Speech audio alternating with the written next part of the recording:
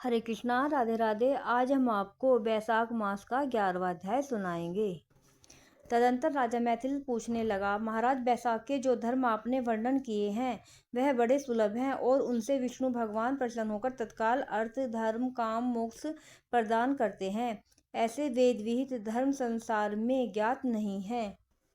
क्या बात है, मुझसे कहिए। सुरदेव जी बोले, हे राजन, बैसाख मास के कर्तव्य धर्म प्रख्यात क्यों नहीं है और अन्य धर्मों की संसार में ख्याति क्यों है?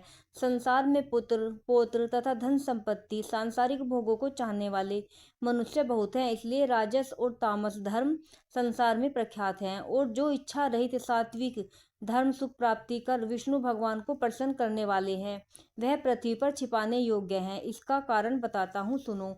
इक्ष्वाकु के कुल का भूषण काशीपुरी में नरग का पुत्र सार्वभौम राजा बड़ा तपस्वी कीर्तिमान नाम का हुआ।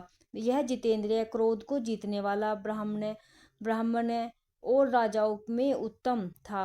एक दिन यह आखेट करता हुआ जा रहा था तो मार्ग में मुनि वशिष्ठ जी ने शिष्यों को देखा, जो कहीं प्याऊ लगा रहे थे, कहीं छाया मंडप बनवा रहे थे, कहीं बापी निर्मल करवा रहे थे, कहीं बैठे हुए मनुष्य के पंखों से पवन कर रहे हैं, कहीं सुगंधित फूलों को दे रहे हैं, मध्याह्न समय छतरी का दान कर रहे हैं, कहीं तांबुल दे रहे हैं, कहीं नेत्रों में कपूर लगा रहे हैं। यह देख राजा ने पूछा कि तुम कौन हो, यह क्या कर रहे हो? वे बोले, हम बैसाख के कर्तव्य धर्मों को गुरु वशिष्ठ जी की आज्ञा से कर रहे हैं, जिनके करने से धर्म, अर्थ, काम और मोक्ष मिलता है, और विशेष फल तुम गुरु जी से जाकर पूछो। यह सब सुन राजा वहां से तत्काल चल दिया और वशिष्ठ जी के आश्रम में पहुंचा। राजा गुरु वशिष्ठ जी को प्रणाम कर और वहां बैठकर कहने लगा कि हे मुनीश्वर, मैंने मार्ग में आपके शिष्यों को शुभ कर्मों को करते देख उनसे पूछा कि क्या कर रहे हो, तो किस फल के निर्मित कर रहे हो। तब उन्होंने मुझे आपके पास भेजा है और कहा है कि हमें बताने का अवकाश नहीं है, गुरु जी के पास जाओ, इसलिए मैं आपके पास आया हूँ, आपसे इन धर्मों को सुनूं। वशिष्ठ जी प्रसन्न हो कहने लगे कि हे राजन, बैसाख मास में प्रातःकाल स्नान कर विष्णु भगवान का विधि पूर्वक प्रेम से पूजन कर दान करें और ब्राह्मणों की सेवा करें। ऐसा करने से जगन्नाथ भगवान प्रसन्न होते हैं।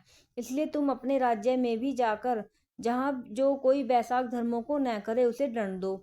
इस प्रकार वशिष्ठ जी ने बैसाखोक्त सब धर्म सुन भक्ति पूर्वक उनकी पूजा कर अपने घर चला आया और सभी धर्म कर देव निरंजन केशव भगवान में बड़ी प्रीति करने लगा। हाथी पर ढोल रखवाकर अपने राज्य में मुनादी करा दी कि 8 वर्ष से 80 वर्ष के वृद्ध पिता, पुत्र, भारिया या इष्ट मित्र कोई भी हो जो मेष की संक्रांति में सूर्योदय से पहले स्नान नहीं करेगा और बैसाख के धर्मों का पालन नहीं करेगा, उसको चोर के समान दंड दे देश से निकाल दूंगा। गांव गांव में धर्म उपदेशक ब्राह्मण नियुक्त कर दिए और धर्महीनों को दंड देने के लिए 10 सवार नियुक्त कर दिए। इस प्रकार इस चक्रवर्ती राजा के राज्य शासन से यह धर्म वृक्ष सब देशों में विस्तार पूर्वक फैल गया। जो मनुष्य प्रमाद से भी इस राजा के नगरों में मर जाते थे, उनको निसंदेह विष्णुलोक प्राप्त होता था और यमलोक नहीं जाते थे, जिससे चित्रगुप्त को लिखने के लिए कुछ काम न रहा। सभी पापी लोगों से नरक खाली हो गया। तब नारद जी धर्मराज के पास जाकर बोले, हे राजन, नरक में पहले जैसे हाहाकार शब्द अब सुनाई नहीं देते। खोटे कर्म करने वाले, माया और दम से बड़े हुए पापी मनुष्य तुम्हारे लोक में क्यों नहीं आते? और चित्रगुप्त भी हाथ पर हाथ धरे बैठे हैं, इसका क्या कारण? तब धर्मराज बोले, हे नारद, आजकल पृथ्वी पर राजा ऋषिकेश पुराण पुरुषोत्तम का बड़ा भक्त है।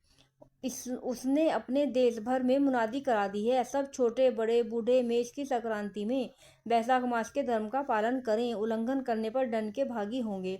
जिसके भय से वहाँ की प्रजा के लोग बैसाख के धर्मों का पालन करते हैं, इस कारण उनका मेरे लोक में आने का मार्ग बंद हो गया है और सब ब्रह्मा हत्यादि पापों से छूटकर सीधे विष्णु पद को प्राप्त होते हैं। इसलिए मैं उस महाबली से युद्ध कर उसे मारूंगा। यदि वह मुझसे न मरेगा तो मैं ब्रह्मा के पास जा उनसे सब निवेदन कर स्वस्थ हो जाऊंगा। इस प्रकार नारद जी से सलाह कर मृत्यु, रोग, जरा आदि सेवकों तथा 50 कोटि यमदूतों को ले स्वयं यमराज दंड उठा भैंसा पर चढ़ पृथ्वी पर आए और शीघ्र ही उस राजा की पुरी को घेर महाशंखनाद करने लगे। जब राजा ने यह सुना कि यम ने यह पुरी घेरी है तब अत्यंत क्रोध कर अपनी सब सेना सजाकर नगर से बाहर आया। दोनों में घोर युद्ध हुआ। राजा ने यम की सारी सेना आदि को जीतकर क्षण भर में भगा दिया, जिससे क्रोध कर यमराज ने अपने अनेकों बाण चलाए और ढाल तलवार उठा राजा को मारने आया।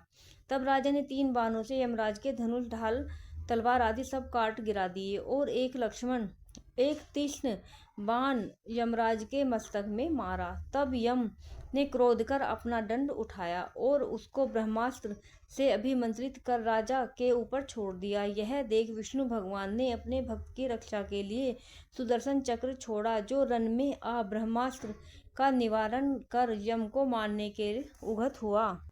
तब राजा सुदर्शन चक्र को नमस्कार कर स्तुति करने लगा कि इस यम की रक्षा करिए। तब सुदर्शन चक्र राजा की स्तुति करने पर बैकुंठ को चला गया और यम बहुत उदास हो ब्रह्मा जी के पास गया, जहाँ लोकपाल और दिक्पाल बैठे उपासना कर रहे थे। उसने देखा चारों इतिहास पुराण शरीर धारण कर रखे हैं।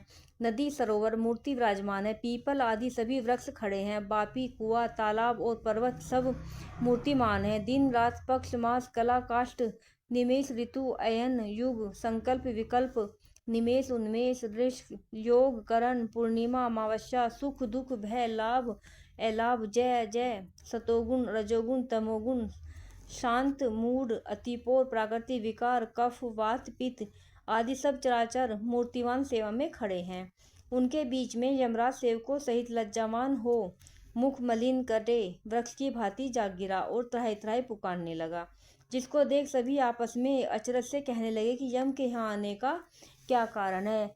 जिस यम के काम से क्षण भर भी अवकाश नहीं मिलता, जिसके वस्त्र फट रहे हैं, चित्रगुप्त भी इसके पीछे पीछे ही आया। यमराज कहने लगा कि हे कमलासन, मेरी प्रतिष्ठा भंग हो गई है, मुझे खूब पीटा है, मेरे वस्त्र आदि छीन लिए हैं, आपके होते मेरी यह दुर्गति हुई है। यह सुन सभा में बड़ा भारी कोलाहल हुआ।